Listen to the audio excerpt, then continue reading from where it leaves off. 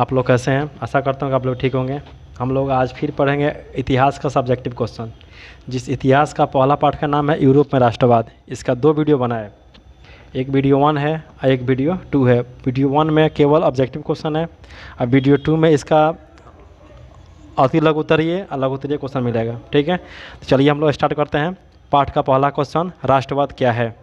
तो रास्ता का आंसर हो जाएगा, राष्ट्रवाद एक ऐसी भावना है जो व्यक्ति में देश के प्रति प्रेम को बढ़ावा देती है।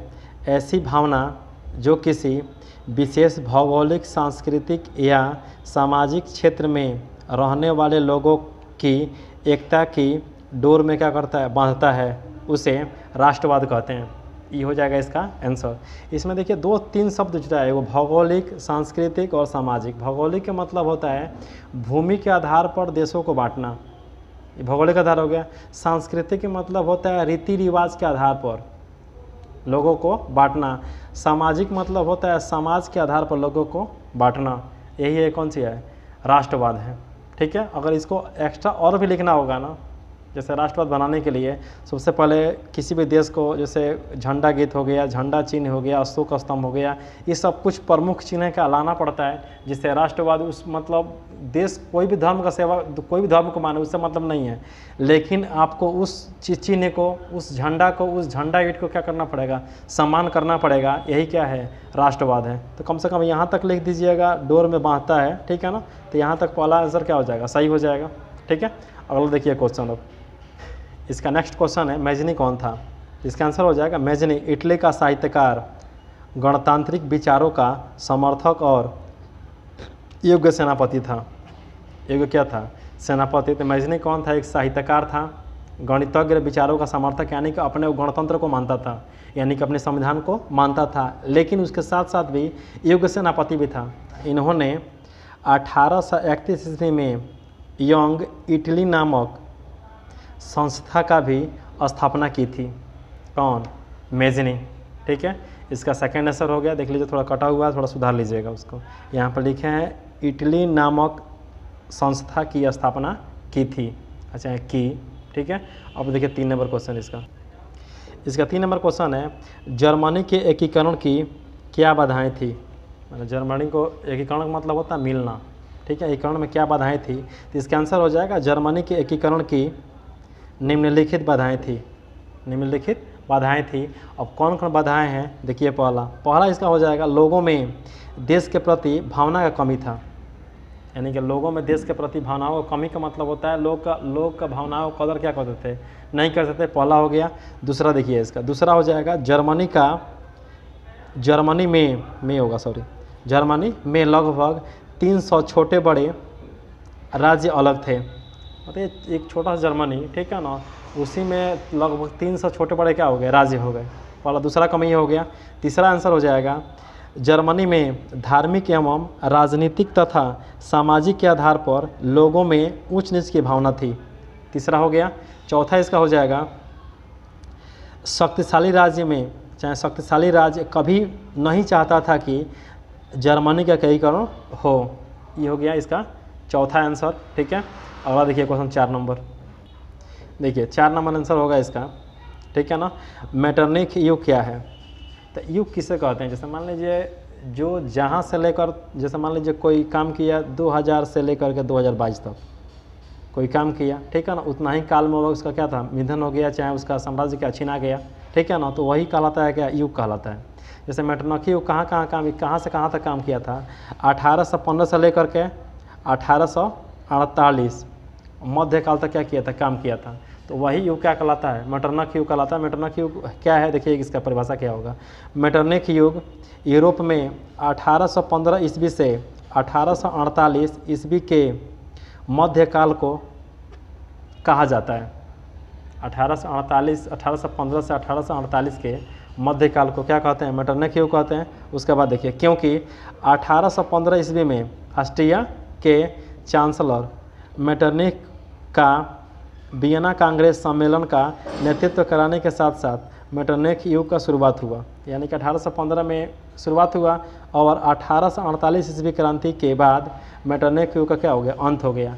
तो इसीलिए 1815 ईस्वी से लेकर 1848 ईस्वी तक के बीच के यानी कि मध्यकाल को क्या कहते हैं हम लोग, मेटरनिक युग कहते हैं। ठीक है, यदि वीडियो समझ में आए तो लाइक कमेंट और शेयर करना ना भूलें, और जितने भी आप लोग के साथी हैं उसके ग्रुप में, व्हाट्सएप ग्रुप हो, टेलीग्राम ग्रुप हो, ठीक है ना, उसमें क्या कर दो, शेयर कर दे, ताकि आपके बदौलत वह क्या करे, साथी आपका साथ दोस्त पढ़ ले।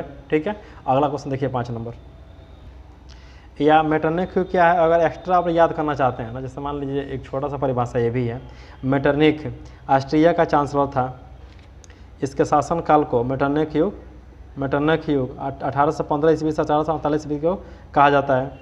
मेटरनिक इटली के एकीकरण का क्या था, विरोधक था, यानी कि विरोध करना चाहता था कि इटली एकीकरण के एक आपस में क्या हो, मिले नहीं। ठीक है, अगला क्वेश्चन देखिए इसका। अब देखिए इसका लॉन्ग क्वेश्चन, इसमें कह रहा है 1848 के फ्रांसीसी कारण क्या थे, यानी कि जब मेटरनिक युग हार गया उसके बाद एक क्रांति छोड़ा। ठीक है ना, उसका क्रांति का मेन कारण क्या था। देखिए इसका आंसर हो जाएगा लुई फिलिप के शासनकाल में 1848 की क्रांति हुई थी, यानी कि लुई फिलिप के शासनकाल में क्या हुआ था, 1848 का फ्रांसीसी कारण था वह हुआ था। फ्रांस का सम्राट का मतलब होता है राजा, फ्रांस का सम्राट लुई फिलिप था। इस क्रांति के दौरान यूरोप में मेटरनिक युग का क्या हो गया, अंत हो गया, यानी कि उसी के दौरान जब युद्ध हुआ ना, मेटरनिक युग क्या हो गया, अंत हो गया। इसका कारण क्या था, कारण लिख लीजिएगा। लुई फिलिप अपने विरोधियों को खुश करने के लिए स्वर्णिम मध्य वर्गीय नीति क्या किया, अवलंबन किया, यानी कि लगा दिया। ठीक है, ये लॉन्ग क्वेश्चन का पहला आंसर हो गया। अब देखिए इसका सेकंड आंसर। देखिए सेकंड आंसर हो जाएगा इटली जर्मनी के एकीकरण में ऑस्ट्रिया की क्या भूमिका थी। अगर मान लीजिए एक क्वेश्चन को लिखना होगा तो क्वेश्चन को रोक करके स्क्रीनशॉट लेगा, लिख लीजिएगा। ठीक है, देखिए आंसर इसका क्या होगा। जब इटली का एकीकरण हो रहा था उसी समय जर्मनी चाहे जर्मन क्षेत्र में भी, ठीक है ना, समान प्रक्रियाएं चल रही थी। इटली और जर्मनी के एकीकरण में ऑस्ट्रिया बहुत बड़ा क्या था, बाधक था, यानी कि ऑस्ट्रिया नहीं चाहता था कि इटली जर्मनी के एकीकरण हो। 1830 ईस्वी गलती लिखा गया, ईस्वी में क्रांति के बाद इटली में आंदोलन होना क्या हो गया, आरंभ, यानी कि शुरू हो गया। ठीक है, उसके बाद देखिए आरंभ हो गया था, लेकिन ऑस्ट्रिया का चांसलर मेटरनिक द्वारा आंदोलन को दबा दिया गया। इससे इटली का एकीकरण धीमा पर आ गया। इस प्रकार इटली में भी मेटरनिक द्वारा राष्ट्रीय आंदोलन को दबाया जा रहा था। ठीक है, इसका आंसर हो जाएगा। अगला क्वेश्चन देखिए, इसका लॉन्ग क्वेश्चन का 3 नंबर क्वेश्चन है। यूरोप में राष्ट्रवाद फैलाने में नेपोलियन बोनापार्ट किस तरह क्या हुआ, सहायक हुआ।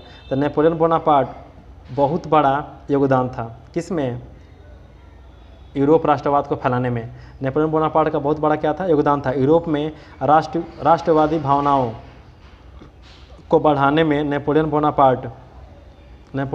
बोनापार्ट राइन राज्य संघ का स्थापना किया था। जर्मन प्रदेश को जीतकर तभी से जर्मनी में राष्ट्रवाद की भावनाएं बढ़ने लगी एवं यूरोप के अन्य क्षेत्रों में क्या हो लगी, फैलने लगी। ठीक है, इसका आंसर हो गया। अगला देखिए 4 नंबर क्वेश्चन। देखिए बहुत भी व्यापक क्वेश्चन है, बहुत ज़्यादा पूछता भी है ये एग्जाम में। गैरिबाल्डी के कार्यों की चर्चा करें। देखिए गैरिबाल्डी कार्यों की चर्चा, गैरिबाल्डी पेशे से क्या था, नाविक था। नाविक का मतलब होता है नाव खेने वाला। तो गैरिबाल्डी पेशे से क्या था, नाविक था। इटली के एकीकरण में गैरिबाल्डी का बहुत बड़ा क्या था, योगदान था। इन्होंने युवा में एक शक्तिशाली सेना तैयार की थी जो लाल कुर्ती के नाम से जाना गया था। किस नाम से जाना गया था, लाल कुर्ती के नाम से जाना गया था। इस सैनिक को लेकर उन्होंने सिसिली तथा नेपल्स को जीतकर वहाँ राजतंत्र चाहे गणराज्य की स्थापना करने के बाद उन्होंने अपनी सारी संपत्ति राष्ट्र को क्या कर दिया, दान कर दिया। यानी कि वो देखा जाए तो वो बहुत नेक दिल का क्या था, इंसान था। सब चीज़ जीतने के बाद भी लास्ट में अपना जितना संपत्ति था ना सब राष्ट्र क्या कर दिया, नाम कर दिया, और उसके बाद अपना क्या किया, वहाँ से हट गया। अब देखिए इसका नेक्स्ट क्वेश्चन, देखिए अगला क्वेश्चन है, विलियम आई के बगैर जर्मनी का एकीकरण बिस्मार्क के लिए असंभव था कैसे? ठीक है, इसका आंसर हो जाएगा विलियम आई ने बिस्मार्क को अपना चांसलर नियुक्त किया था ताकि जर्मनी के एकीकरण हो सके। जर्मनी के एकीकरण के लिए उन्होंने बहुत सारे युद्ध किए और जर्मनी के एकीकरण में अपना महत्वपूर्ण योगदान दिए। ठीक है, उसके बाद विलियम वन आई के बगैर बिस्मार्क के लिए जर्मनी का एकीकरण कराना क्या था, असंभव था। ये हो गया इसका लास्ट क्वेश्चन। ठीक है ना, अब इसके बाद दीर्घ क्वेश्चन बच रहा है। ठीक है ना, इसको अगला वीडियो में डाला जाएगा। अगर वीडियो पसंद पड़े, ठीक है, तो लाइक कमेंट और हमारे इस चैनल को सब्सक्राइब करें, ज़्यादा से ज़्यादा क्या करें, शेयर करें। धन्यवाद, जय हिंद।